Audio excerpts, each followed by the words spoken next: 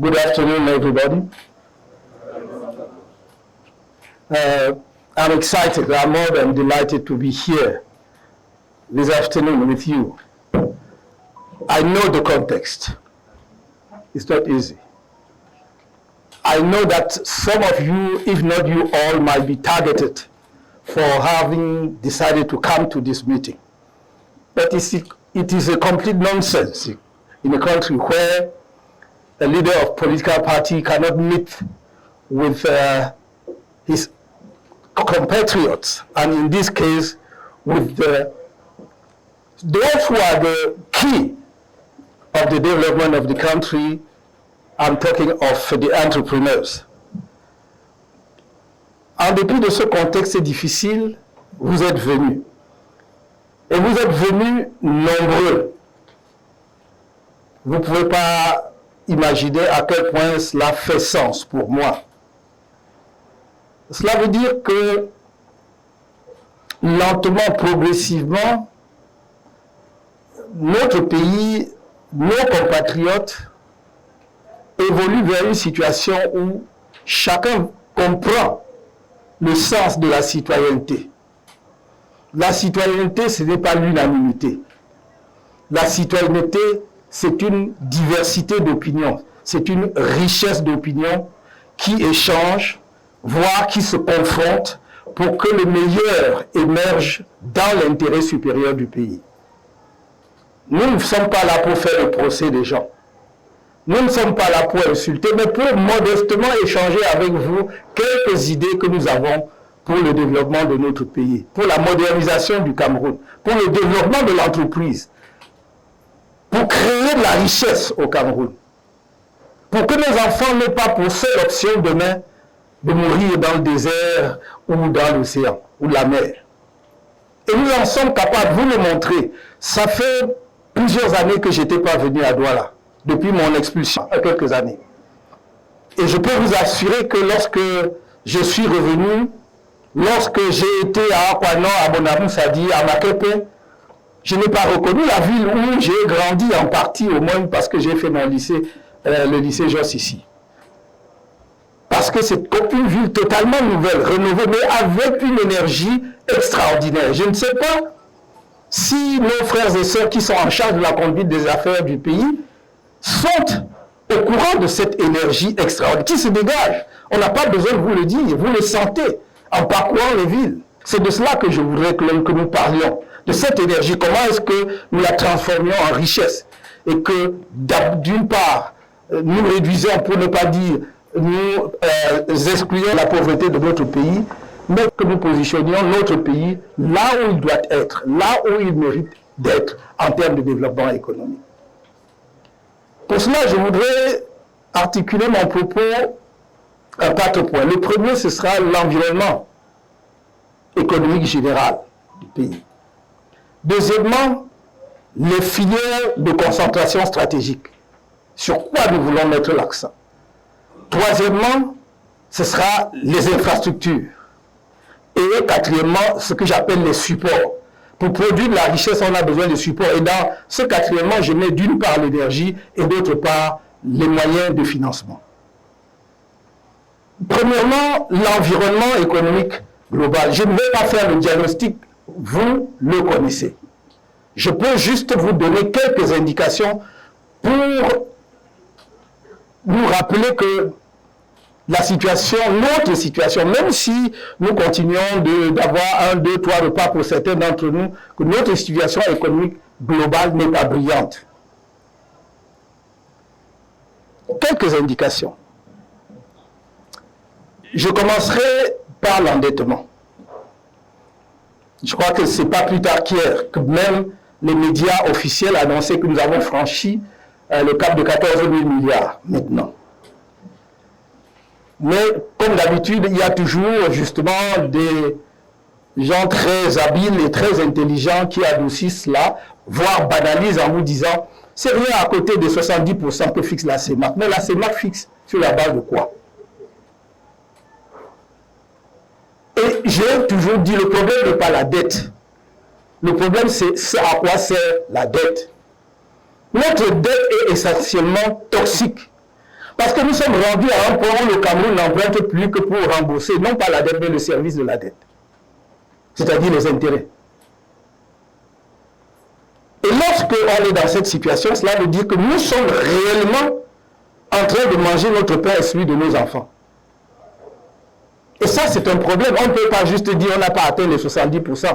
Il y a des pays qui ont atteint 100% de dette, c'est-à-dire qu'ils ont totalement leur pays de... Mais ils ont la capacité, le marché continue à leur faire confiance. Si vous prenez le marché financier, le Cameroun a souscrit des eurobonds, a lancé des eurobonds il y a quelques mois, 2024, à un taux d'intérêt de 10,75%. Cependant que dans le même temps, avec des montants comparables, la Côte d'Ivoire et le Bénin empruntaient à 7%. Je ne sais pas si vous voyez la différence. Donc on ne peut pas gérer un pays en dépit du bon sens. Ce n'est pas moi, les partenaires financiers internationaux de notre pays, en l'occurrence le Fonds monétaire international dit que notre risque de surendettement s'est aggravé, on est passé de moyen à élevé. Et cela veut dire que ça entraîne une dégradation de notre note. Je pense qu'il est temps qu'on ne continue plus cette politique qui continue à tendre la main partout où il y a de l'argent, sans savoir ce qu'on veut en faire, ni surtout comment on le rembourse. Encore une fois, le problème n'est pas l'argent.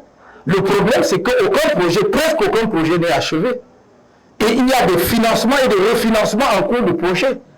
C'est le cas de l'autoroute Douala-Yaoundé ou Yaoundé-Douala. Je dis Douala-Yaoundé parce que j'ai toujours pensé que ça aurait dû partir de Douala. Parce que les 60 km nous auraient au moins amené à Edea. Et donc on aurait pu se vanter de dire qu'on a une autoroute Douala-Edea. Ce qui n'est pas le cas aujourd'hui, puisque nous avons une autoroute qui part en brousse et qui s'arrête en brousse. Donc, si vous regardez cela, vous dites, le problème n'est pas de prendre de l'argent, c'est de prendre l'argent pour faire quelque chose. Pour nous, et qui va créer dans les moyens de remboursement de cet argent et pour les générations futures. J'ai dit, c'est le refinancement. L'autoroute Yaoundé-Douala, on l'annonce il y a 10 ans, un peu plus même, à 274 milliards. On a fait 60 km.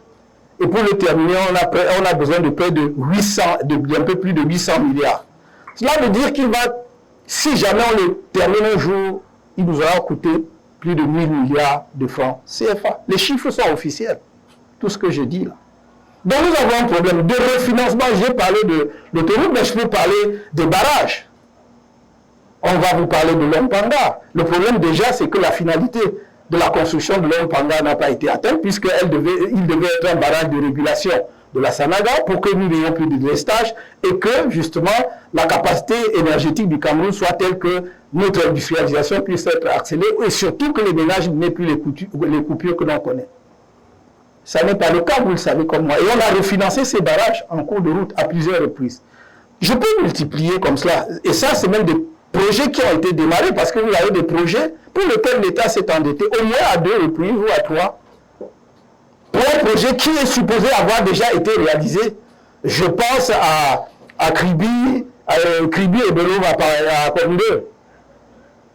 C'est une route qu'on a déjà financée, qui est censée avoir déjà financé au moins à 2 reprises. Et donc on peut multiplier comme cela. Donc nous avons un problème. Mais ce que je vous dis là n'est pas nouveau, vous le savez tous comme moi. Nous avons un problème de gestion de notre économie. Nous avons un problème de gestion des ressources publiques. Nous avons un problème de vision de développement pour notre pays. Si je prends la fonction publique, juste un autre indicateur, en 2010, il y avait 196 000 fonctionnaires. En 2023, il y a 326 000 fonctionnaires. Ça n'est pas normal, fonctionnaires, agents publics.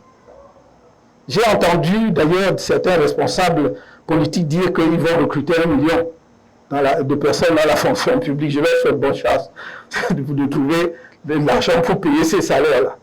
Il faut savoir raison garder.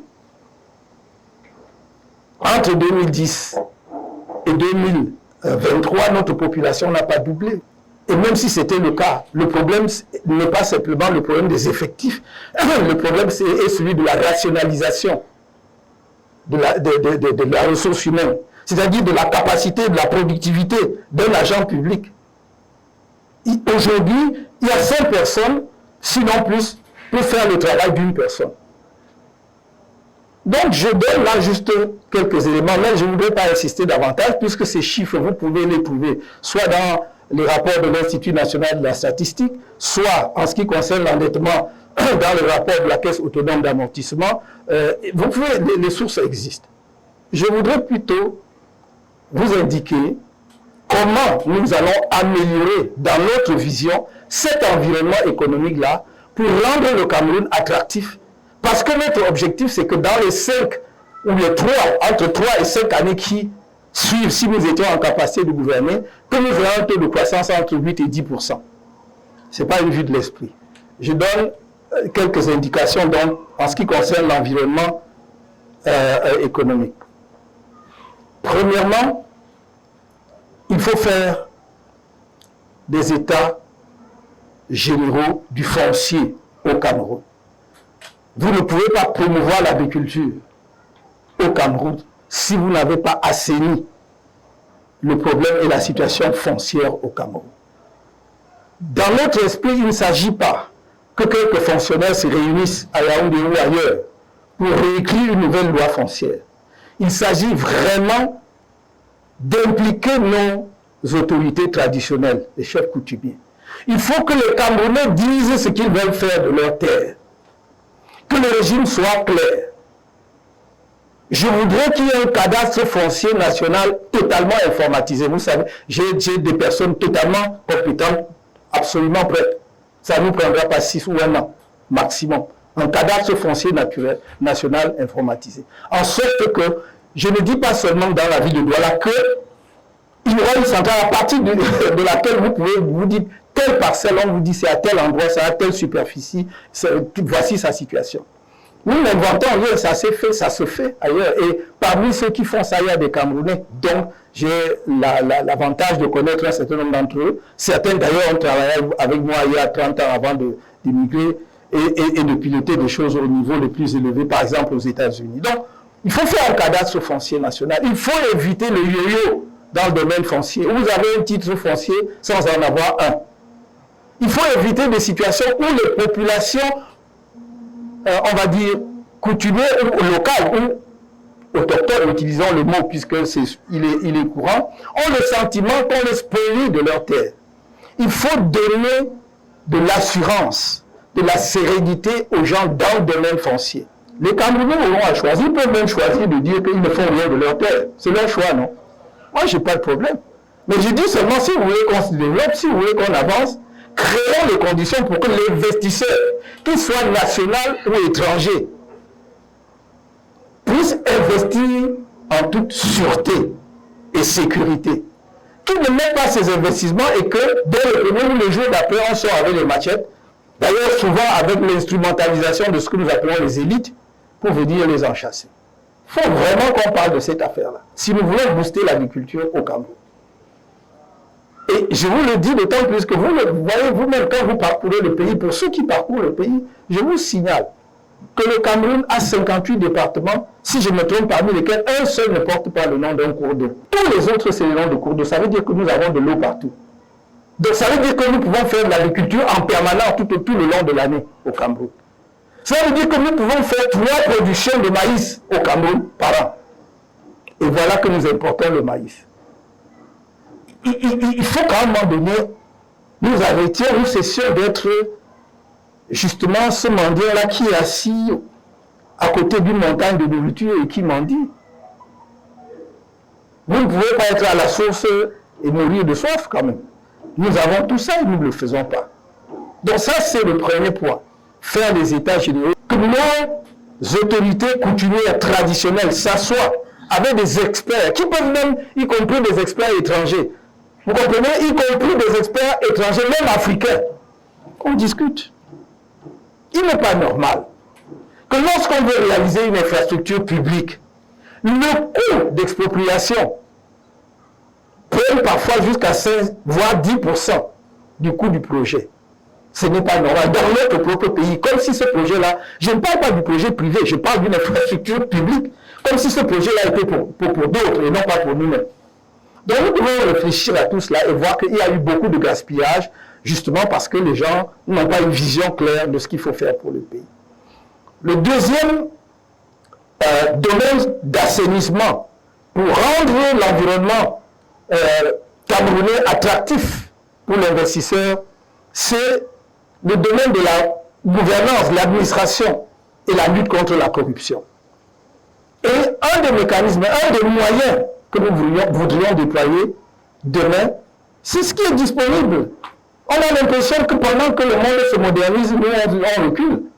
Aujourd'hui, les outils informatiques, le numérique nous permet de faire ce qu'on appelle l'e-governance, c'est-à-dire la gouvernance électronique. Les études ont montré que moins vous faites circuler de l'argent dans les circuits administratifs, moins il y a de la corruption. Lorsqu'il n'y a pas de l'argent, des espèces qui circulent, le risque de corruption est beaucoup plus faible. Donc en faisant le e-governance, c'est-à-dire en faisant en sorte que la plupart des formalités puissent être faites sans même que vous ayez un contact direct avec l'agent administratif, diminue les risques de corruption. Et de la même façon, ça va nous aider énormément dans la collecte des impôts. Je vous signale que les études montrent que je ne parle même pas encore de l'assiette fiscale, mais uniquement la collecte sérieuse, que nous perdons presque un peu plus d'1 milliard, l'équivalent d'1 milliard de dollars, c'est-à-dire plus de 700 milliards de francs CFA dans la collecte des impôts. En dépit du fait que parfois, bon, il y a des administrations qui font cocorico, on a fait rentrer tant, mais ça ne représente pas en fait le potentiel réel et total justement des rentrées fiscales. Donc il faut cela. Ça diminue la corruption, ça facilite aussi les formalités. Il y a un certain nombre de documents, quand vous allez, on vous dit de passer dans 2 jours, dans 3 jours. Lorsque vous mettez, lorsque c'est en ligne, et que lorsque la personne a tout rempli en ligne, elle doit avoir la réponse automatique. Parce que si les critères sont clairement définis, normalement, lorsque vous remplissez, vous avez le résultat. C'est un peu comme lorsque vous faites votre réservation en ligne.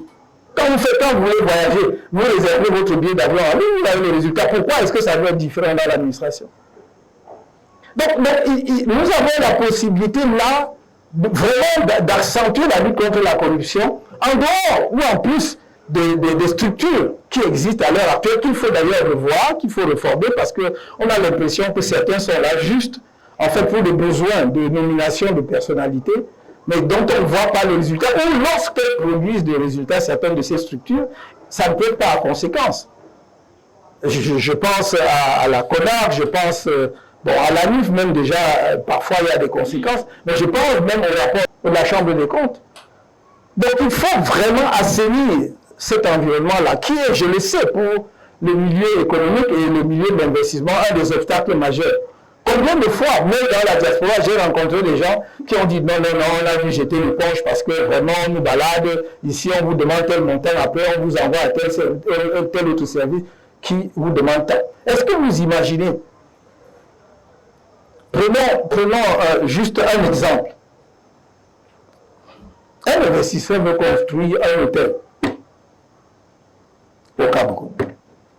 Il a son terrain, il a fait ses études techniques, l'architecte a fait les plans, mais s'il a fait un budget de 100 francs, mettons de 1000 francs, ce qu'il va dépenser dans les circuits administratifs peut lui coûter jusqu'à 300 francs, c'est-à-dire 30%. Et du coup, l'hôtel qu'il avait conçu aux normes, il est obligé de faire des économies, et les murs, parce qu'il va chercher des tâcherons, les murs ne sont plus droits. Et peut-être que s'il avait prévu 4 et 5 niveaux, il n'en fait plus que 4, parce que ça, ce sont des pertes terribles pour une économie. Parce qu'il aura un hôtel qui n'est pas standard. Et donc, il ne peut pas prétendre, par exemple, à l'étoile à laquelle son hôtel aurait pu prétendre. S'il visait 3 étoiles, il en aura 2, sinon moins. Tout ça parce que c'est rentré dans la poche d'un seul individu, ou de quelques individus dans la chaîne. Nous devons, à défaut d'éradiquer, parce que c'est l'idéal parfait, totalement la corruption, la diminuer drastiquement. Il faut vraiment Même dans les pays développés à la corruption, ne croyez pas. Mais elle est tellement marginale et limitée que ça n'a pas un impact grave sur la dynamique économique globale. Il faut cette tolérance-là parce que c'est marginal comme en toute chose. Il y a peut-être un des rares pays, et encore là, même lui, quand on le disait, l'exception peut être Singapour, oui, là, il y a presque corruption zéro, oui. Mais c'est un pays de 4 millions d'habitants sur quelques centaines de kilomètres carrés, dont on peut identifier chacun et tout. On peut même vous fouetter sur la place publique et tout et tout. Mais sur un pays de 475 000 kilomètres carrés et 30 millions d'habitants, c'est autre chose. Donc, mais on peut baisser, réduire considérablement. Les autres choses qu'il faut mettre en place pour vous permettre d'investir et de trouver ceux qui vont porter avec vous vos investissements, c'est l'éducation. C'est l'éducation. Et c'est pour cela que nous voulons refonder le système éducatif camerounais. Nous voulons faire une innovation radicale. Nous avons dit 80 à 20%. Aujourd'hui, je ne peux pas vous donner des chiffres, les pourcentages exacts, mais à vue de nez, je sais que 70 au moins des filières de formation au Cameroun à l'heure actuelle sont des filières de formation générale, ou littéraire, ou philosophique, ou le droit, comme nous là. Hein? Voilà. Sauf que nous, quand on faisait le droit, on était très peu nombreux, donc on avait le choix. Hein? On avait le choix entre aller à l'IRIG, aller à l'ENAM, être avocat, être magistrat, on avait tout ça. Mais aujourd'hui, on ne peut pas continuer à pousser vers ces filières-là les enfants en sachant que à la sortie, ils n'auront pas du travail, donc c'est un poids pour la société, mais aussi ce sont des main-d'œuvre, c'est la ressource humaine qui manque pour l'économie. Le seul plaisir, si j'ose dire, pour être, je suis un peu cynique là, le seul plaisir pour les parents, c'est d'encadrer le diplôme de l'enfant et de l'accrocher au mur. Mais est-ce que ça donne à manger? Donc, il faut revoir le système éducatif dès la maternelle, depuis la maternelle jusqu'à l'université. Je ne vais pas ici rentrer dans toute la réforme, je peux simplement vous dire que notre intention, c'est dès la maternelle de familiariser nos enfants avec la technique, avec ce qui est manuel, concret, c'est-à-dire pas seulement élaborer le champ, mais même lorsque, je parle souvent des Lego, j'aime souvent prendre l'exemple des Lego qu'on vend dans le commerce. Lorsque dès la maternelle, vous amenez les enfants, les petits-enfants à la maternelle, à savoir ajuster les Lego, ils grandissent déjà. Quand vous lui dites la maison, si vous lui dites la maison aujourd'hui, à l'école, il n'a jamais vu ce que la maison, on appelle quelque chose, on appelle ça maison. Mais si vous lui dites la maison, parce qu'il a fait, lui-même, il sait déjà, effectivement, il y a un rapport physique entre lui, entre le concept de maison, l'idée de la notion de maison et comment on fait la maison. Et donc l'idée, c'est que les enfants aussi sentent très tôt là où vont leurs penchants, c'est-à-dire on a envie de faire quoi. Dimanche dernier, je parlais avec un jeune à Yaoundé qui a fait de l'électronique. Et il me dit, moi j'ai toujours voulu faire de l'électronique depuis mon enfance, et même mon papa le savait. Sauf que je voulais avoir une formation adéquate dans le domaine, je n'en ai pas trouvé. Il nous dit, même la Polytechnique, bon, peut-être vous pouvez encore trouver une filière de formation en électronique à la Polytechnique, mais quelle est la capacité de Polytechnique? Ça peut recruter combien d'étudiants? Alors que si vous avez donc un système qui met les enfants en rapport avec la technologie, très tôt, vous pouvez les orienter. Ça suppose donc que vous créez des structures de formation adéquates. Donc nous voulons appuyer, il y a aussi aujourd'hui ce qu'on appelle les instituts. Mais nous voulons vraiment que ce soit des instituts professionnels équipés avec les équipements qui vont. Il n'est pas normal qu'un enfant vous dise que j'ai fait chimie jusqu'en terminale. Mais il ne sait faire aucune manipulation dans un laboratoire. Si vous le mettez dans un laboratoire, il ne fait même pas la première manipulation.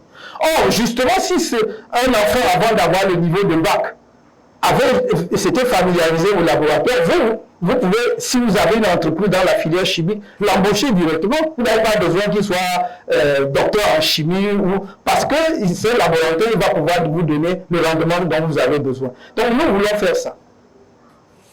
Mais à côté de cela, même pour les petites entreprises, Nous voulons, à côté des instituts, bien évidemment, il y a le cycle universitaire avec les écoles d'ingénieurs et tout ce que vous voulez. À cet égard, j'ai promis aux Camerounais que si nous étions en capacité de gouverner, il y aura au moins 4 universités nationales de sciences et de la technologie, uniquement de sciences et de la technologie. Il n'y aura pas filière, droit, lettres, tout ce que vous voulez, c'est sciences et technologie. En dehors des universités actuelles, qu'on peut renforcer, mais ce sont des universités dédiées, sciences et technologie. Et je disais donc qu'à côté des instituts, le projet, le rêve, c'est de pouvoir en mettre au moins un dans chaque département. 58, c'est à notre portée. C'est ce que nous appelons les centres de métiers, qui sont même jusqu'au niveau des arrondissements, les centres de métiers. C'est-à-dire que l'enfance, au Cameroun, on demande quel diplôme vous avez, mais je voudrais que demain on dise quel est votre métier. Quel est votre métier? Je suis plombier. C'est pas que j'ai le diplôme de je sais quoi. Je suis plombier parce que j'ai reçu une formation dans un centre de métier en plomberie. Je sais comment ça se passe. Chacun de nous a pu avoir des difficultés avec la plomberie chez lui. Mais il n'est jamais satisfait de la réparation parce que les plombiers se forment sur le tas, ne sont pas à jour dans le domaine, ne savent pas quels sont les alliages qu'il faut mettre ensemble pour. Donc, tout ça là, nous pouvons le faire. Et ce que je veux vous dire, ce que je suis en train de vous dire là, c'est pas que ça coûte si cher que cela. C'est juste un problème de bien utiliser l'argent public, de bien l'orienter. Et on va atteindre ces résultats. Voilà quelques considérations que je voulais faire pour l'environnement économique. Maintenant, je vous ai dit, en deuxième point, il y a les filières de concentration stratégique. J'en vois à peu près 6, 7. Première filière, agriculture et agro-industrie. Deuxième filière, matériaux de construction et bois. Troisième filière, mine, métallurgie. Quatrième filière, chimie, pétrochimie, pharmacie. Cinquième filière, industrie du numérique. Et sixième filière, industrie financière. Voilà nos 6 filières de concentration stratégique. Je dis bien de concentration stratégique. Il peut y en avoir d'autres, mais ce ne sont pas des filières de concentration stratégique. Et je vous expliquerai tout à l'heure pourquoi ce sont des filières de concentration stratégique et pourquoi nous allons les porter de façon particulière. L'objectif, d'ailleurs je peux dire déjà à ce stade, notre objectif étant que si nous étions en capacité de il faudrait que si nous arrivons à la fin du mandat qui nous est donné, que nous ayons laissé au moins, je dis au bas mot, 5 champions continentaux. 5 champions continentaux dans divers domaines. C'est-à-dire des entreprises qui ont non plus seulement la taille nationale, mais qui ont la capacité de compétir au niveau continental. On expliquera pourquoi tout à l'heure et comment on peut y arriver. Si je prends l'agriculture et l'agro-industrie, dans notre pays, on utilise les concepts, mais malheureusement, pour les galvauder, pour les vider de leur sens, de l'intérêt. Vous avez sans doute dû entendre parler de agropole.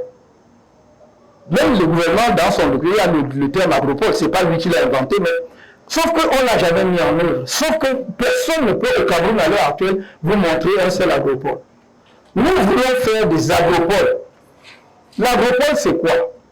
C'est un système de production où il y a 1 ou 2 grands producteurs centraux, c'est-à-dire 2 grands producteurs en termes de production agricole, de plantation.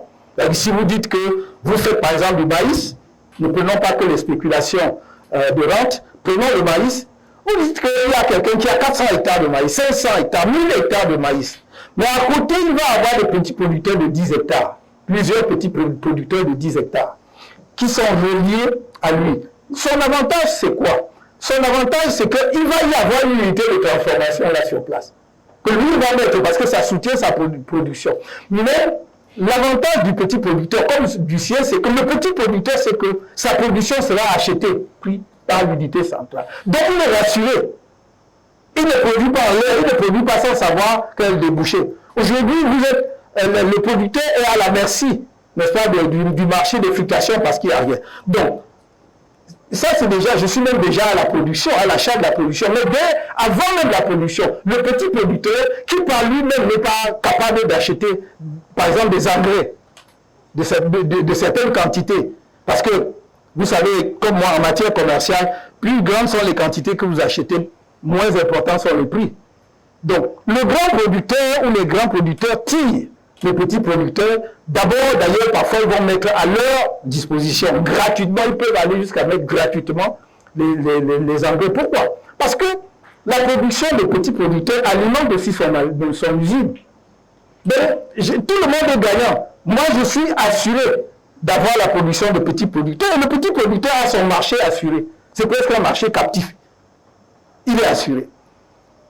Et il y a une unité de transformation. Vous voyez donc l'avantage de l'agropole, c'est que ça va contribuer à l'essaimage de l'industrie, notamment dans le secteur agricole dans le pays. Si vous avez un agropole de manioc, on l'a annoncé à une certaine époque à Ebola, vous n'avez pas besoin que le producteur, que celui qui cultive le manioc à Ebola, qu'on transporte pour amener à Yaoundé ou à Douala, ou je ne sais où, pour transformer.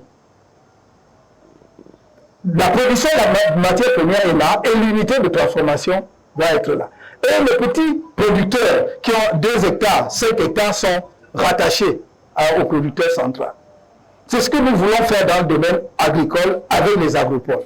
Et vous croyez-moi, ça va marcher dès lors qu'on a réglé le problème foncier. Le Camerounais ne demande que ça, à se lâcher. Je dis, quand je traverse le cours d'eau au Cameroun, quand je traverse la Savane ou d'autres cours d'eau importants, je suis mal, parce que je vois l'eau qui s'écoule et qui me regarde, et je le regarde, et lui va vers la mer. On n'a rien fait. Alors que cette eau-là, prenons et nous pouvons faire 3 productions de maïs. Prenons et nous pouvons faire, je ne sais pas moi, des plantations de manioc ou quelque chose à l'infini. Regardez, nous n'avons pas au Cameroun, si vous voulez vraiment du jus d'orange. Vous avez juste les productions artisanales, quelqu'un a fait son champ et il met 3, 4 pieds ou 10 pieds d'oranger. Mais regardez si vous voulez faire vraiment des orangeries. En plus, nous avons des terres fabuleuses pour ça. Et là, j'ai pris les oranges, je pourrais prendre énormément d'autres choses. Je vois, par exemple, toutes ces terres qu'on n'exploite pas dans le septentrion. Si nous mettons, et je le disais déjà en 2018, à dire que nous faisons un agropole de l'anacarde, noix de cajou, vous connaissez la noix de cajou, qui est effectivement un arbre qui pousse partout, mais qui donne un rendement plus élevé dans les zones sahéliennes, parce que justement le niveau de climat, d'humidité et tout ça convient. La Côte d'Ivoire qui est rentrée dans la production de cajou il y a 10 ans est devenue le numéro 1 mondial. Il y a environ 10 ou 15 ans qui sont entrés là-dedans. Donc, et nous avons des terres. Dans le monde, et on vous dit le septentrion, il y a la pauvreté, on ne fait rien. Mais parce que nous n'avons pas, effectivement, mis en place les mesures qu'il faut, accompagner qu'il faut pour que la production ait lieu. Si quelqu'un veut faire une plantation d'anacarde dans le nord, nous savons que c'est une spéculation qui va commencer à entrer en production 4 ans plus tard, 5 ans. Vous devez lui créer et donner les mêmes conditions que ce que vous donnez par exemple à un producteur de cacao ou de palmier à huile. C'est-à-dire que vous devez non seulement l'accompagner, mais vous devez justement trouver le mécanisme d'exonération fiscale sur une longue période pour qu'il commence à produire avant qu'on commence à chercher à prélever. Nous sommes dans un pays aussi vrai que je suis favorable à l'élargissement de l'assiette fiscale, il ne faut pas le faire de façon anarchique. On est dans un pays où on demande à un poussin de produire des œufs. Il faut qu'il grandisse d'abord. Non?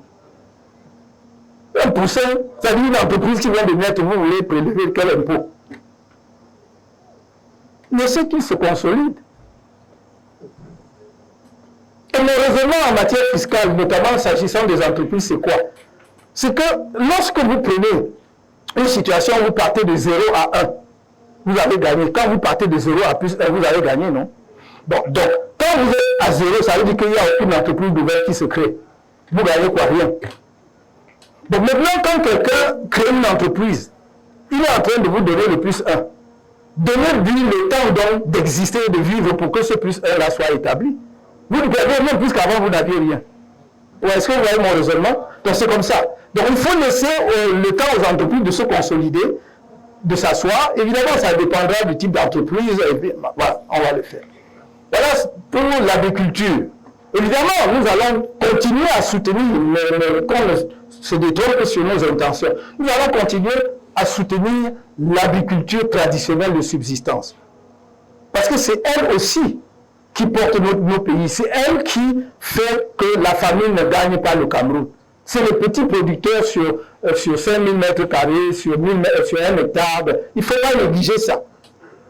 Je vous ai parlé de l'agriculture en termes d'agropole, qu'on peut dire agriculture industrielle ou semi-industrielle, mais à côté de cela, vous aurez l'agriculture traditionnelle. On va simplement essayer de voir comment, même avec nos ingénieurs, diminuer la pénibilité des tâches pour que les mamans ne se cassent pas le dos, les papas, machin. On peut, c'est ça, en plus, même, si on veut, même, on importe juste les outils. Il y a dans plein de pays aujourd'hui, des pays comme l'Inde ou la Chine, il y a des petits outils qui permettent justement aux parents de faire ce genre d'agriculture sans se casser le dos. Donc on doit veiller à ça, mais cette agriculture-là doit exister. Elle doit continuer d'exister. Ne serait-ce que parce que c'est celle qui, en fait, protège le mieux notre santé, parce que c'est celle qui utilise le moins d'engrais, surtout les engrais chimiques et autres. Voilà pour l'agriculture. Je ne vais pas m'étendre davantage, j'ai juste dit, maintenant l'agro-industrie, c'est ce qui va avec, c'est-à-dire la transformation industrielle. Et c'est pour cela, et je voudrais annoncer dès à présent que notre approche de cette affaire, c'est de travailler à créer des bassins industriels. Des bassins industriels dans des zones économiques spéciales.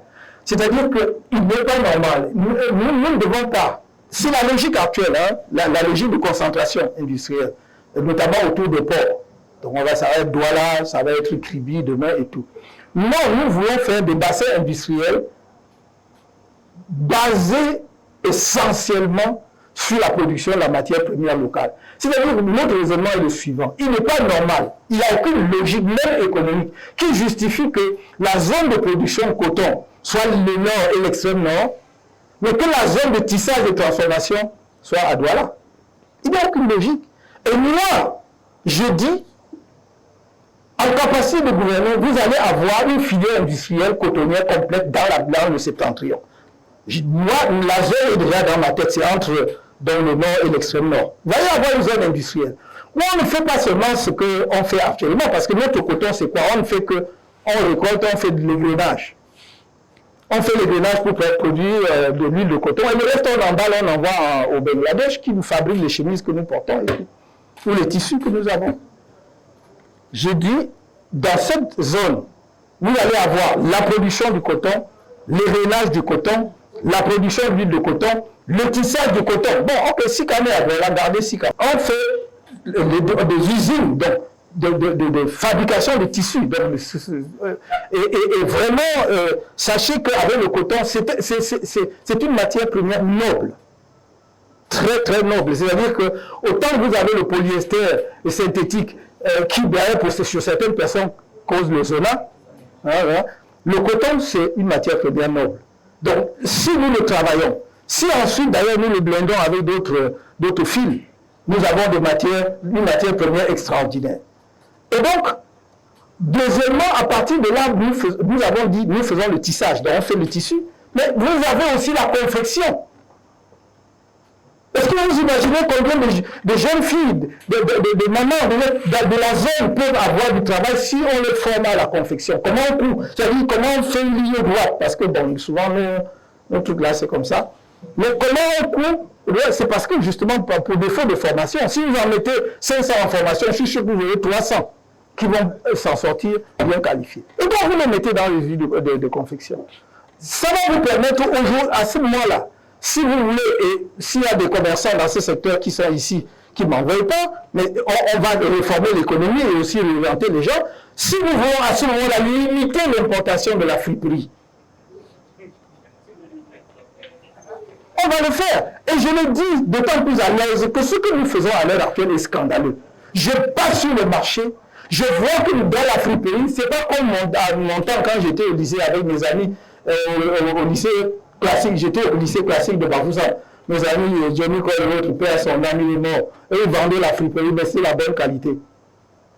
Aujourd'hui, sur le marché, vous voyez le sous-vêtement des femmes, on vend que c'est la friperie. Nous sommes même devenus quoi? C'est même plus un problème de déchets, nous sommes devenus, c'est indécent, ce n'est pas normal. Et nous avons même les maladies. Vous comprenez? Donc il faut effectivement qu'on regarde ces affaires-là de près. Oui, moi je parle du pays que je connais. Moi je ne parle pas d'un Cameroun théorique. Peut-être que certains sont là. Moi je vais dans... Je connais ce qui se passe. Moi j'étais au lycée. Mes amis en question, ils avaient quitté l'école un peu plus tôt. Et ils vendaient la friperie. Et ils m'aimaient bien, donc j'allais toujours là-bas. Et voilà, ils me permettaient de choisir les meilleurs t-shirts. Et j'allais me vanter au lycée un peu avec ça. Mais c'était vraiment de bonne qualité. C'était d'excellente qualité. Donc il faut vraiment que l'on regarde cela. Mon deuxième point, donc, c'est les matériaux de construction. Vous allez me pardonner si je suis un peu long. Les matériaux de construction, nous avons un déficit de construction, de logements sociaux, de 1 million à 1,5 million unités. Déficit. Quand je vois des programmes de construction de 10 000 logements sur 5 ans ou 10 ans, bon, qu'on ne voit pas, c'est bien, mais même si les gens construisaient les 10 000, ce serait pas mal. La vérité, c'est que même les 10 000 ne sont pas construits. Il va falloir lancer un vaste projet de construction. L'idée doit être, autant que faire se peut, de mettre un toit sur la tête du maximum de Camerounais possible. Cela veut dire que nous devons réorganiser, y compris l'espace urbain. Nous devons revoir nos méthodes de construction. Mais nous devons aussi construire à partir de l'arrière-pays. C'est-à-dire qu'il ne faut pas que demain, les constructions de meilleurs lieux d'habitation soient limitées seulement en ville. Ceux qui vivent en campagne ont le droit aussi de vivre dans des maisons décentes. Et moi, je vois là un boost extraordinaire à l'économie. Parce que si nous combinons les matériaux locaux pour la construction, pas ce que nous, les matériaux locaux, et d'ailleurs quand je dis matériaux locaux, nous avons suffisamment, maintenant nous avons au moins 4 ou 5 cimentiers au Cameroun, qui utilisent en grande partie la pouzelane et d'autres choses qui viennent d'ici. Donc on a des matériaux locaux. Mais je dis matériaux locaux aussi la terre, parce qu'on a toujours cru, pourquoi est-ce que les briques de terre marchent si bien ailleurs et pas chez nous? C'est simplement parce que nous en sommes encore au niveau primaire de la fabrication de briques de terre. On mélange la brique de terre à beaucoup de choses, pas seulement au ciment et tout. Donc on peut, avec ça, baisser considérablement les matériaux de construction. Et c'est une filière que nous allons soutenir. Pourquoi? Parce que ça va créer un nombre d'emplois incalculable aussi. Ça va générer un nombre incalculable de petites et moyennes entreprises. Énormément. Parce qu'on ne va pas aller chercher des étrangers pour construire cela. Donc imaginez combien de PME, de construction, de BTP peuvent se mettre sur ces créneaux-là, si nous voulons justement faire cela dans plusieurs villes en même temps. Et je signale, matériaux de construction, à part le fer à béton et dans le ciment, nous n'en produisons pas d'autres. Or, tous les Camerounais veulent des carreaux sur leur sol. Nous, est-ce que nous produisons des carreaux? Non. Donc, je veux que demain, vous mettiez sur les créneaux de carreaux parce qu'il y aura un débouché. Au lieu qu'on a importé à 20 000 km des matériaux de construction d'une qualité douteuse. Vous-même, vous avez vu maintenant, je ne connaissais pas ça, des carreaux qui gonflent comme ça, après un moment, ça casse. C'est pas vrai?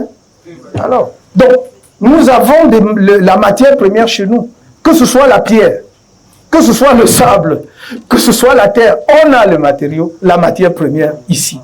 Le reste, c'est quoi? N'importe quel ingénieur vous dira justement la composition. Et après, c'est l'énergie pour cuire. On va revenir à l'énergie tout à l'heure. Donc, on veut mettre l'accent sur le matériau de construction. Si on veut faire vraiment des efforts par rapport aux millions de logements, 1,5 million d'unités. Donc, je ne dis pas qu'on va construire les 1 million en un jour. C'est vraiment parce que ne serait-ce que pour construire, ça prend du temps, n'est-ce pas? Donc, mais il faut que vous compreniez que c'est un programme qui va s'étaler et que quelqu'un peut parfaitement se mettre sur ce créneau parce qu'il y a de l'argent à gagner, parce qu'effectivement l'État va mettre de l'argent dans ce secteur. Avec les privés, si vous regardez J'ai parlé tout à l'heure du foncier. Si vous réglez le problème du foncier et qu'il y a des privés qui veulent se lancer dans la promotion immobilière sérieusement, tel qu'on voit ailleurs, ils vont le faire. Troisième filière, c'est mine métallurgie. Bon, ce qui est en train de se faire maintenant n'est pas mal. Je parle de la part de l'État en termes de... J'ai vu par exemple qu'il y a une entreprise qui s'appelle, pour ne pas faire la publicité, Prométal, qui fait des choses dans le domaine de la métallurgie. C'est bien, ça va dans la bonne direction. Mais il faut faire plus, parce que vous ne pouvez pas développer l'économie d'un pays sans avoir ce que l'on appelait à l'époque, quand moi j'étais à l'école, l'industrie lourde. Vous ne pouvez pas. Vous ne pouvez pas. Vous allez être en surface de l'industrialisation. Mais tout ce qui soutient à la base, vous ne l'aurez pas. Vous allez dépendre des autres. Or, nous avons la matière première, c'est-à-dire le fer. Nous avons la bauxite. Même si Alucam continue de fonctionner à partir de la bauxite importée de Guinée, de Fria, n'est-ce pas? Mais nous avons la bauxite. Nous avons le fer à plusieurs endroits. Il n'y a pas seulement, il n'y a pas que Balam, il y a les mamelles de Kribi, il y en a partout. La législation qui a été promulguée il y a quelque temps n'est pas mal. Si on met 15% de transformation locale, c'est déjà pas mal. Je sais aussi que l'industrie lourde nécessite beaucoup d'énergie. C'est pour ça que j'ai parlé tout à l'heure justement de la production de l'énergie. Mais on va y veiller parce que vous ne pouvez pas, par exemple, demain, vous mettre dans le domaine de l'industrie automobile en dépendant totalement de l'importation, ne serait-ce que pour la tôle, complètement de l'étranger. Donc voilà, je ne vais pas être plus long. Quatrièmement, j'ai parlé de la chimie, la pétrochimie et la pharmacie. La chimie, c'est d'abord le chercheur qui trouve des formules chimiques pour transformer les produits de son environnement. Mais quand je parle de la chimie, je vois aussi ce que nous pouvons faire à partir de la chimie dans le domaine de l'agriculture, notamment la production des engrais. Il y a beaucoup de choses. Hein. La chimie, c'est le domaine, le spectre est tellement large qu'on ne peut pas épuiser. Je ne prends que ça. Pétrochimie, parce que justement la chimie s'appuie énormément sur le pétrole. L'industrie chimique partout au monde que vous voyez là, c'est le pétrole. Parce qu'il y a au moins 300 produits dérivés du pétrole, au moins. Je dis bien au moins. Donc, si vous avez de vrais chimistes, même comme le Cameroun est un tout petit producteur de pétrole, on peut faire beaucoup de choses à partir de cela. Voilà. Donc, nous sommes devenus un tout petit producteur. On est passé de 96 000 barils jour en 2000, je crois 2010, ou si je me trompe, à 67,300 barils jour. 67,3 000 barils jour en 2023. Donc, la production baisse et c'est pour cela que les finances publiques souffrent d'ailleurs énormément. Donc, pétrochimie, j'ai ajouté la pharmacie. Mais pas seulement sous l'angle chimique, c'est-à-dire fabrication des molécules pharmaceutiques, mais parce que nous sommes engagés à valoriser les savoir-faire traditionnels dans le domaine de la pharmacopée. Je dis et je le répète, aucun pays au monde sérieux et qui veut se développer ne peut dépendre totalement des molécules produites par les autres à tout moment. Aujourd'hui, vous pouvez voir même des Chinois dans les segments de la pharmacie, mais c'est d'abord la pharmacopée traditionnelle chinoise qui a été développée et qui a soutenu les Chinois jusqu'à présent. Et donc, nous avons énormément. Vous voyez dans nos pays, dans notre pays, tout le monde sait, même officiellement, on sait qu'il y a moins de 30% de Camerounais qui se soignent à l'hôpital et avec les molécules modernes. Tout le reste est au village. Donc, si vous avez des gens qui maîtrisent les décoctions, qui travaillent en cheville avec les médecins pour ce qui est du dosage, parce que l'essentiel maintenant, c'est le dosage. Même dire qu'on va mettre sous forme simplement de gélules, on n'a pas besoin. Si vous faites 1 litre, on dit qu'il faut boire un verre le matin, un verre, c'est bon. C'est bon. Donc, nous pensons que pour développer la pharmacie au Cameroun, il faut s'appuyer là-dessus. Je vous termine sur ce point en vous disant, les molécules de synthèse sont constituées toujours à partir des connaissances des molécules traditionnelles. Aucun chimiste, aucun pharmacien ne vous dira qu'il est resté comme ça, il a calculé lui-même, il est arrivé à une molécule pour soigner. Non, c'est parce qu'il a vu que quelque chose soigne l'autre. Et il dit, je vais voir la composition chimique. Et c'est à partir de là qu'il fait la molécule de synthèse. C'est pour cela que, vous savez, quand il y a eu dans la forêt de Korop, Il y a eu un produit qui était très efficace, me disait-on, sur le cancer à l'époque. Et il y a des jeunes Américains qui sont venus, comme ils viennent toujours, comme on les appelle quoi, les volontaires de ceci, les ONG de cela, ils sont allés, ils ont pris l'écorce et tout ça, là, ils sont allés. Après, ils nous ont dit, oh ouais, il y a beaucoup de toxicité. Mais ça, c'est vous qui le dites, est-ce qu'on était là? Vous avez pris, vous êtes partis. Développez seulement, laissez-nous tranquilles, nous on ne sait pas comment faire. Donc l'idée, c'est qu'il faut qu'on arrête d'être des spectateurs de notre propre vie. Voilà ce que je pourrais dire là-dessus. Le cinquième, c'est l'industrie numérique. Je peux parler de l'infrastructure après. L'industrie numérique. Je disais à quelques jeunes du secteur des entreprises, de la tech, que tout ce que j'ai présenté jusque-là, c'était l'économie, les moyens de l'économie traditionnelle. Mais là où nous avons de nouveaux leviers de croissance qui partent du savoir et du savoir-faire des jeunes, c'est l'industrie numérique. Et c'est un champ de possibilités infinies. Je ne sais pas si vous êtes au courant. Tous les jours, il ne se passe pas un jour sans qu'on vous annonce une nouvelle découverte avec l'intelligence artificielle. Nous avons, à l'heure actuelle, moi je dis, je m'engage, si j'étais en capacité de gouverner, à doter le Cameroun d'au moins 1 ou 2 grands centres de calcul. C'est-à-dire les grands calculateurs, parce que c'est là. Il faut, pour développer l'intelligence artificielle, vous ne pouvez pas. Et vous ne pouvez pas développer de grands centres de calcul sans beaucoup d'énergie, parce que ça consomme de l'énergie comme vous ne pouvez pas. Mais sauf qu'avec ça, là, vous avez des possibilités infinies. Qu'est-ce que je disais? Si vous mettez un centre d'incubateur, vous mettez 100 jeunes Camerounais là-dedans avec des projets, vous leur dites, vous ne payez pas l'accès à Internet, vous ne payez pas de loyer d'électricité, vous ne payez rien. Mais vous avez 6 mois ici, 1 an gratuit, ils vont vous sortir avec des produits.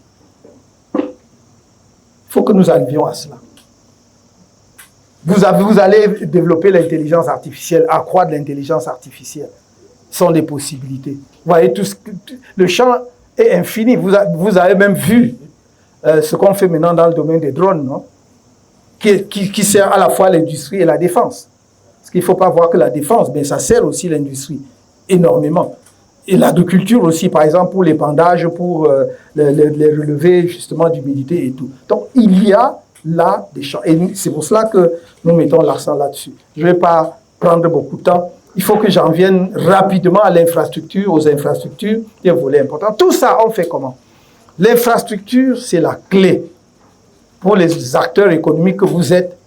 Vous le savez, il faut produire, mais il faut pouvoir évacuer. Il faut la mobilité aussi à l'intérieur du pays. Notre accent sera mis sur le ferroviaire, le chemin de fer. Et nous voulons faire l'axe Douala, qu'on parte de Douala ou de Kribi, N'Djamena. Donc, de la côte à N'Djamena. Parce que, en le faisant, non seulement vous ouvrez tout le reste du territoire camerounais à la circulation des personnes et des biens, mais vous raccordez à vous un marché qui est le marché donc, de notre pays voisin, mais parfois beaucoup plus loin, parce qu'à partir de là, vous pouvez aller jusqu'au Soudan, vous pouvez aller jusqu'au Niger. Donc ça, c'est extrêmement important. Je ne rentre même pas dans les considérations stratégiques qui peuvent être liées à ça. C'est extrêmement important. Donc cet axe-là. Et le deuxième axe, c'est à partir de l'Est, puisque la colonne, une des colonnes dorsales sera l'Est, à partir de l'Est, c'est Bangui. Voilà les 2 axes principaux. Ensuite, il y aura des embranchements maintenant à l'intérieur du pays, parce que de Douala, vous irez jusqu'à Limbe. De Konsamba, vous irez jusqu'à Kumba, parce que ce chemin de fer-là sera refait. Mais ce ne sera pas le chemin de fer tel qu'il existe aujourd'hui. C'est un nouveau chemin de fer aux normes internationales. Nous sommes à 0,90, c'est-à-dire moins d'1 mètre, ou en exagérant 1 mètre. La norme standard, c'est de 1,44. Ça limite les déraillements, ça donne la capacité de vitesse que vous ne pouvez pas avoir sur un écartement de moins d'1 mètre. Ça coûte cher, mais on mettra le prix. Vous croyez que si depuis 10 ans nous voulions faire cela, on nous dit, le Cameroun, il nous manque 5 000 milliards? Il nous manque 10 000 milliards. Mais alors, et regardez ce que ça peut rapporter. Non seulement l'ouverture du pays, mais effectivement, nous parlions même tout à l'heure de l'économie, y compris les débouchés. Donc, ça, c'est donc vraiment quelque chose de principal, d'axial. Ensuite, il y aura les routes. On va comme ça ne veut pas dire qu'on abandonne les routes. On va faire les routes. Parce que l'idée, c'est de désenclaver tous les grands bassins de production. C'est ce qu'on chante depuis. Mais on désenclave comment? Parce que nous, notre politique est simple. Ce n'est pas de chanter. Tout ce qui... Le principal obstacle à l'ouverture des bassins de production au Cameroun aujourd'hui, en dehors des routes que l'on peut entretenir, ce sont les ponts. Et ce ne sont pas des grands ponts. Ce ne sont pas des ponts de plus de 10 mètres. Mais ça coupe toute une région, tout un département, tout un arrondissement, tout un village. Notre objectif, de la même façon que j'ai parlé tout à l'heure de la construction de logements, c'est de bridge, comme on dit, comme diraient les anglo-saxons, bridge the country, c'est-à-dire, c'est les petits ponts là, ce sont les entreprises camerounaises, vraiment les grands là, qui gagnent beaucoup là, ça c'est pas pour eux. Ce sont les ponceaux et les ponts de 10 mètres. Donc, si les Camerounais, les ingénieurs camerounais disent qu'ils peuvent faire construire, qu'ils rentrent à l'école alors, parce que vraiment, on se demande ce qu'ils sont allés faire à l'école. Donc, c'est des ponts, 5 mètres, 10 mètres. Regardez combien d'emplois ça va créer, mais combien ça va sortir les gens de l'isolement, couper du reste du monde. Prenez même seulement ici dans le littoral, quand j'en parlais, j'étais au centre. Vous prenez la région du centre, combien de localités sont coupées les unes des autres? Parce qu'il manque un pont de 15 mètres. 15 mètres, c'est même énorme. 10 mètres, 5 mètres, 3 mètres. Donc on doit pouvoir régler ça. Et si vous faites cela, je vais vous assurer que vous allez être étonné par la production, y compris par la production agricole du pays, parce que ça va boomer. C'est après ça que vous vous attaquez au bitumage, ou bien aux solutions alternatives au bitumage, parce que je ne peux pas vous promettre, ce serait irresponsable de ma part, que du jour au lendemain, on va bitumer toutes les routes du Cameroun. Non. On va commencer progressivement, mais en attendant, nous ne sommes pas le seul pays au monde qui a des routes non bitumées. Il y a des méthodes de stabilisation de la route et l'entretien régulier. Je me souviens, je termine par là, qu'il y a quelques années, lorsque l'État s'occupait vraiment du développement rural, il y avait ce qu'on appelait les pistes cacaoyères, avec des budgets qui étaient dédiés justement, effectivement, à veiller à l'entretien de ces routes. Ce n'était pas bitumé, mais les populations ne se plaignaient pas. Tout marchait bien. Qu'est-ce qui s'est passé? C'est simplement que on a en quelque sorte privatisé les responsabilités de l'administration avec ce qu'on appelle quoi? Les projets. Les projets au sein de l'administration. Donc on fait un projet, vous êtes directeur dans l'administration, du coup vous devenez le chef du projet. Et quand vous êtes chef du projet financé par le bailleur de fonds, vous touchez 10 fois votre salaire dans la même administration. Les Camerounais vous êtes des génies. Quand on entretenait encore les pistes cacaoyères, vous vous souvenez, lorsque l'État s'occupait justement des producteurs, il y avait ce qu'on appelait les techniciens agricoles, qui avaient des motos qui parcouraient, allaient voir là où il y a la pourriture brune, et s'attaquaient à cela avant même que ça ne se répande. Mettez les engrais, veillez et tout ça. On était au courant de risques qui pesaient sur la production cette année ou pas. C'était là. Mais on a détruit tout ça au bénéfice des projets. Et on vous dit, projet manioc, projet maïs, projet ceci. Vous avez déjà vu le résultat? Non. Parce que le fonctionnaire lui-même, comme le bailleur, n'a même pas envie que le projet là se termine. Donc, il faut revoir un peu tout ça. Là, j'étais aux infrastructures. Je vais terminer avec les supports. Comment donc on fait tout ça? On met tout cela, parce que vous allez dire, ah ouais, bon, il parle bien, tout ça c'est beau, mais comment on fait? Je vous ai parlé de l'énergie. Donc, le premier aspect du support, c'est l'énergie, mettre l'énergie à la disposition des opérateurs économiques. Et deuxième aspect, le financement. En ce qui concerne l'énergie, nous allons faire un mix énergétique. Il faut continuer de construire les barrages là où c'est possible. Certaines études disent qu'on peut encore faire 1000 mégawatts sur la Sanaga. Je suis d'un avis contraire, on peut faire plus sur la Sanaga. Les gens ont gâché les sites. Je ne crains pas de le dire. Les gens ont gâché les sites où nous aurions pu construire un barrage de 2000 MW en allant construire un barrage de 420 MW. Le deuxième site qui était même encore exploitable, qui pouvait être dans l'ordre de 1000-1500, qui est même déjà signé. On vise quoi? Qui cote 500. Alors qu'on pouvait faire 1000 et un peu plus que sur Kikot. Je pense qu'il faut continuer à faire des barrages, y compris sur... il y a une déclivité entre le Noun et le Nkam, c'est-à-dire lorsqu'on va vers le Nkam, qui existe depuis, où on peut mettre encore un barrage. Katina, on peut encore mettre un barrage. Et même sur la Sanaga, il faut voir les derniers qui restent. Parce que quand nous faisons 450 à 500 mégawatts au Cameroun, on danse. Je vous signale que l'Éthiopie fait un barrage de 5000 mégawatts, n'est-ce pas? 5000. Le grand barrage de la Renaissance. Je vous signale, mais n'allons pas loin, pendant que nous faisions 450 ou 420 en Artigal, l'Angola est en train de faire 2000, finir 2000. Donc il faut que nous comprenions ce qui se passe dans le monde et les perspectives de développement économique du Cameroun. Je ne vous ai pas parlé des petits barrages, des micro-barrages et autres, parce que je laisse cet aspect-là pour la population. Ce que je suis en train de vous dire, c'est l'énergie qui va être au service de l'industrie.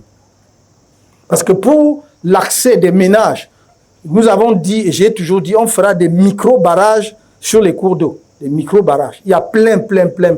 Lorsque vous êtes dans un arrondissement ou un village, où vous faites un micro-barrage qui produit 1,5 MW, vous pouvez éclairer tout l'arrondissement.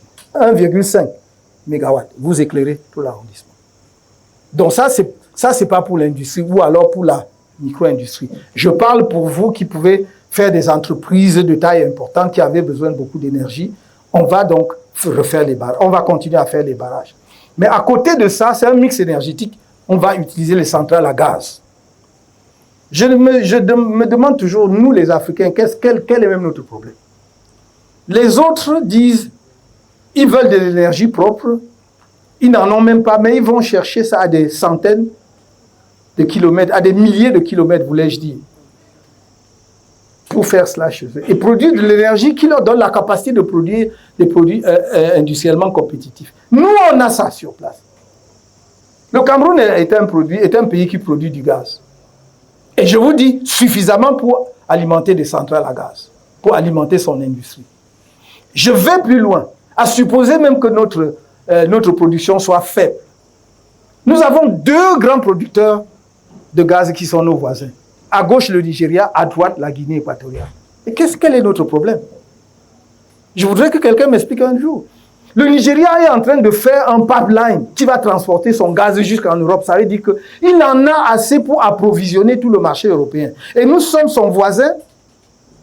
Donc ça veut dire que nous sommes capables de négocier ou de discuter avec eux si nous n'avions pas assez de gaz. Et je crois que ce n'est pas le cas. Mais si nous n'avions pas assez de gaz pour dire approvisionner, nous, pourquoi on ne le fait pas? Et je dis pareil avec la Guinée équatoriale. Moi, j'ai visité à Punta del Europa, comme ils appellent. C'est tout un site industriel qui est presque comme la ville de Douala. Vous visitez ça en voiture, vous ne pouvez pas aller à pied. Où ils produisent de l'ammoniac et tout. Mais pourquoi, à partir du gaz, évidemment, pourquoi est-ce qu'on fait comme si nous étions un orphelin dans le monde, il n'y a personne? Non.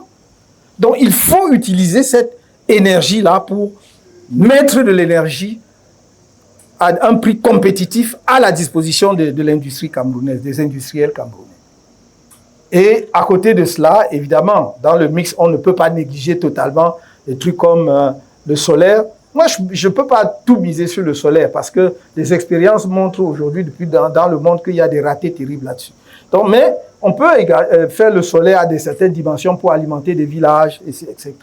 Voire même l'éolienne, pourquoi pas. Le long de certaines de nos routes, on peut mettre justement des poteaux pour les éoliennes. Et même, les études avaient montré à l'époque un coin comme le mont Bamboudos, et même presque, j'allais dire, la chaîne jusque dans les monts Mandara, sont très favorables pour accueillir de l'éolienne. Voilà le mix énergétique. Notre objectif étant, très rapidement, de mettre en capacité 1500 à 2000 MW, très rapidement, à la disposition de l'industrie camerounaise pour pouvoir atteindre les objectifs que nous visons, c'est-à-dire entre 8 et 10% de taux de croissance avec l'industrialisation dans les bassins industriels. Maintenant, sur le plan du financement, qu'est-ce que nous faisons? Je vais me concentrer sur le financement à court et moyen terme, parce que si je veux m'étendre sur les financements à long terme, on peut passer beaucoup de temps.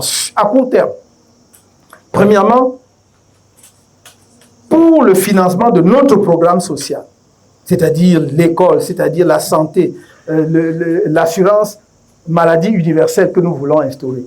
Je n'ai pas le temps d'élaborer, mais je peux en dire 2 mots. C'est-à-dire qu'il faut vraiment que sur les maladies de base, les affections courantes, le Camerounais soit serein, qu'il aille à l'hôpital, qu'on ne lui demande plus le carnet de ceci, l'épingle de cela et tout, on le soigne pour les trucs de base. Maintenant, si ce sont des maladies complexes et tout cela, bon, chacun, pour ceux qui peuvent souscrire à des complémentaires santé. Mais à la base, là, tous les Camerounais doivent avoir une couverture. Ça, c'est ce que nous voulons faire. Et pour le faire, et j'avais promis, c'est mon engagement, je tiens toujours, la césarienne gratuite aux femmes. Ça, on tiendra. Ça coûte cher, mais on le financera. Je peux dire comment. Alors, pour financer donc ces programmes sociaux, très rapidement, nous allons faire ce qu'on appelle des coupes drastiques dans le fonctionnement public. Il faut faire vraiment de l'économie, des économies sur le fonctionnement de l'État. Je vous signale que certaines études montrent qu'il n'y a pas moins de 350 milliards. Et ils n'ont pas balayé tous les secteurs. On pourra faire des économies de pas moins de 350 milliards uniquement sur le fonctionnement de l'État. Il y a entre autres une étude faite par Financial Africa, donc je peux citer. Donc, nous allons faire cela. Je ne vais pas m'étendre, que ce soit sur les véhicules, les carburants, toutes sortes de dépenses. La plupart des compagnies aériennes ont supprimé la première classe, mais avant tout le monde, enfin, la plupart des hauts fonctionnaires de la présidence, sans compter les ministres, voyageaient en première classe. C'était une parfaite absurdité. Personne ne fait ça. Personne ne faisait ça dans le monde, même les pays les plus développés. Vous ne pouvez pas. La première classe coûte quoi? À l'époque, à Paris, Yaoundé Paris, c'était pas moins de 6 millions et demi. Pas moins de 6 millions et demi. Et vous aviez une dizaine de fonctionnaires comme ça qui pouvaient y aller. Ça correspondait à quoi? À quel niveau? Ce niveau de vie-là, c'est à quel niveau de développement? Donc, maintenant, tout le monde est en business déjà, mais il faudra aussi voir qui voyage en business et qui ne voyage pas en business. Voilà. Que vous, les privés, vous voyagez même dans votre jet privé, moi, comme toi, j'ai aucun problème. Mais si c'est pour l'État, les fonds publics, là, on doit regarder de près. Voilà. Donc, les carburants, les bons de carburant à la fin du mois, des millions qu'on donne, quelqu'un a 4 millions de carburant pour un trimestre, ou je ne sais pas moi pourquoi. Sa plantation, ça est où? Je ne sais pas. Donc, on va faire ces économies-là pour financer le social. Maintenant, pour le financement de la vision économique, hein, on va mettre en place un fonds souverain de développement stratégique qui peut partir soit de la réforme complète de la SNI telle qu'elle existe aujourd'hui, soit un aménagement, enfin, soit intégrer la SNI comme une des branches. L'idée, c'est quoi? C'est que c'est un fonds qui va être là pour porter nos principales visions.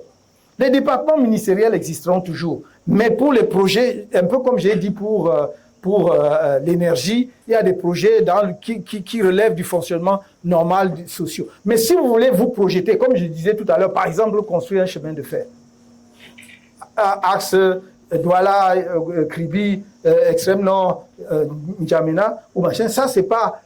Vous n'allez plus laisser ça à un ministère qui se débrouille, qui ne débrouille pas. C'est un projet stratégique et qui doit être porté donc par ce fonds-là. Et ce fonds-là, comment vous le financez? Premièrement, je demande notre quote-part dans le bénéfice de la Banque centrale. En 2024, la BEAC a fait, je crois, 354 milliards de bénéfices. C'est-à-dire, les gens restent comme ça, l'argent entre. Oui, puisque la BEAC a des guichets, la BEAC fait qu'elle travaille. Bon, je ne dis pas qu'elle fait pas, elle coordonne, elle surveille. 354 milliards. Bon, comme les 6 pays membres de la BEAC sont à égalité dans le capital, divisons par 6. C'est à peu près 60 milliards par pays. je ne veux pas prendre même des 60 milliards. Je suis gentil. Je vais prendre seulement 50%. Donc, je prends 30 milliards. C'est dans le fonds souverain. Première source de financement. Deuxième source de financement, les réserves obligatoires des banques à la Banque centrale. C'est de l'argent qui dort. C'est de l'argent qu'on thésaurise. On prend, on met dans les banques occidentales et autres. Et c'est ça qu'on nous prête même encore. Oui, oui. Donc, cet argent-là, vous savez que les banques ont des réserves obligatoires. C'est-à-dire qu'ils doivent déposer. Ce n'est pas que la banque perd son argent. Non, on ne prend pas un centime de la banque. Sauf que, en fait, ce que l'État prend, la Banque centrale donne un titre du Trésor à la banque. Donc, ça veut dire que si la banque a 100 francs à la Banque centrale, elle a toujours les 100 francs à la Banque centrale. Puisque la Banque centrale lui donne un titre équivalent à 100 francs. Sauf que cet argent, au lieu d'aller dormir là, j'ai dit à la Banque centrale, je n'ai pas fait ça pour que l'argent dorme. Va là-dedans, tu prends peut-être 50%, tu me donnes. Est-ce que vous comprenez le mécanisme? La banque n'a aucun risque, puisqu'il est garanti par la Banque centrale. Voilà. Donc, au lieu que l'argent dorme, ou bien aille financer d'autres économies, ça finance l'économie camerounaise, ça finance les investissements au Cameroun. Il y a également les prélèvements qu'on va faire de 1 à 5% sur un certain nombre d'organismes, tels que la SNH, tels que la Caisse de dépôt et consignation, tels que la CNPS. Parce que c'est tout de l'argent qui donne. Hein. C'est de la thésaurisation pure. Dites-moi, si l'argent qui entre dans les comptes de la Caisse de dépôt et consignation, dites-moi à quoi ça sert. Donc, ils font des placements. Tu fais le placement et moi, je vais encore m'endetter à un taux supérieur. Tu fais alors que c'est le placement de mon propre argent. C'est logique. Donc, je vais dire, Caisse de dépôt et consignation, sur tes dépôts là, il y a entre 1% et 5%. CNPS, comme parfois tu as tellement d'argent, tu ne sais pas quoi faire. Je vais demander 1 à 5%, etc., etc. Il y a des compagnies, comme les compagnies de téléphone, qui, dans tous les pays du monde, financent énormément l'économie, qui également vont contribuer à ce fonds souverain.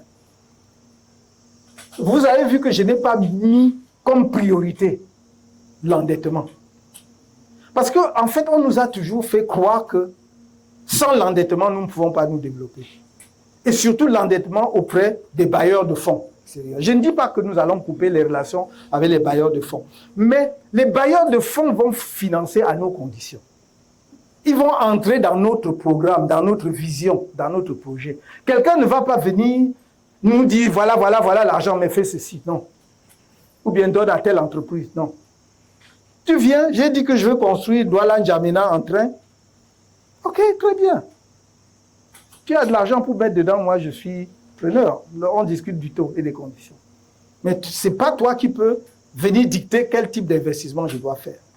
J'ajoute également pour le financement que je mets beaucoup d'accent sur 2 modes de financement qui permettent aujourd'hui de réaliser les infrastructures. D'une part, le BOT, le Build, Operate and Transfer.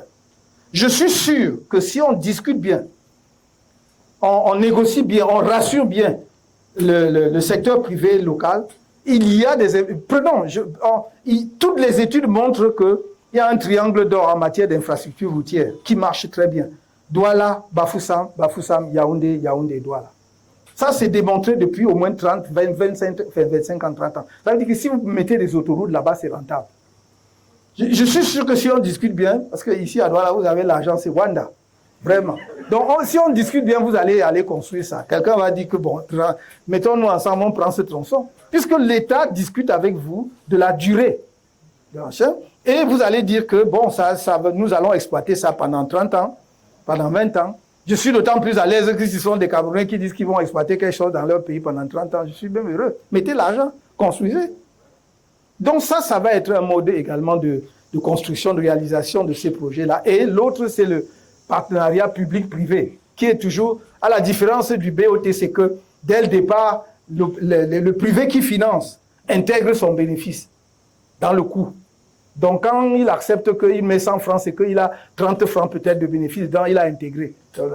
Bon, donc voilà, globalement, je ne vais pas aller très loin parce que j'aurais pu vous dire, voilà, il faut faire la monnaie, on va garantir ça sur l'or, parce qu'on peut. Il y a la tokenisation, je ne vais pas aller jusque-là, c'est-à-dire, c'est quoi? C'est évaluer les ressources minières que vous avez à un moment donné et dire, voilà, nous avons un gisement d'or ou un gisement de lithium qui a telle valeur. Et voilà, nous allons donc gager notre prêt là-dessus pour lever des fonds sur les marchés internationaux. Et si vous allez, par exemple, dans des pays, les banques comme la banque des BRICS en Asie ou ailleurs, vous trouvez pas mal de financement. Je sais que j'ai été un peu long. I'm very sorry for that, but I needed to go deep into some details to make you be very aware, be fully aware of our vision in terms of economy. Thank you very much. Thank you so much indeed.